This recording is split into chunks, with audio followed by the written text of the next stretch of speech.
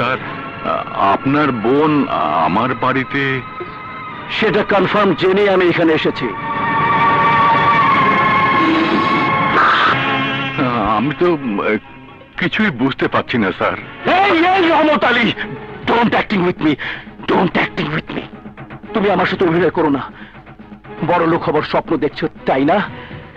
সেই লোভে তুমি তোমার ছেলেকে আমার বোনের পিছনে লেলিয়ে দিয়েছো। তুমি একটা নেমক হারাম। আপনি কি বলছেন স্যার?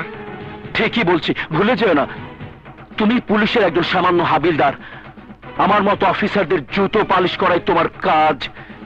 তুমি একজন রাস্তার লোক হয়ে। স্যার বিশ্বাস করুন স্যার, আমি এসবের কিছুই জানি না।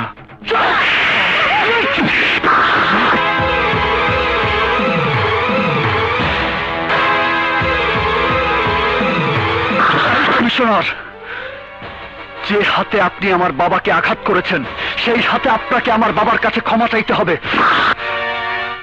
তা না হলে এই হাত ভেঙে আমি টুকরো টুকরো করে ফেলবো। মুখের লাগাম দে হাবিলদারের বাচ্চা। কার সামনে দাঁড়িয়ে তুই কথা বলছিস? আমি কমিশনার রাশেদ রায়হান। আমার বোনকে কিডন্যাপ করার অপরাধে এখন এই মুহূর্তে তোকে মারতে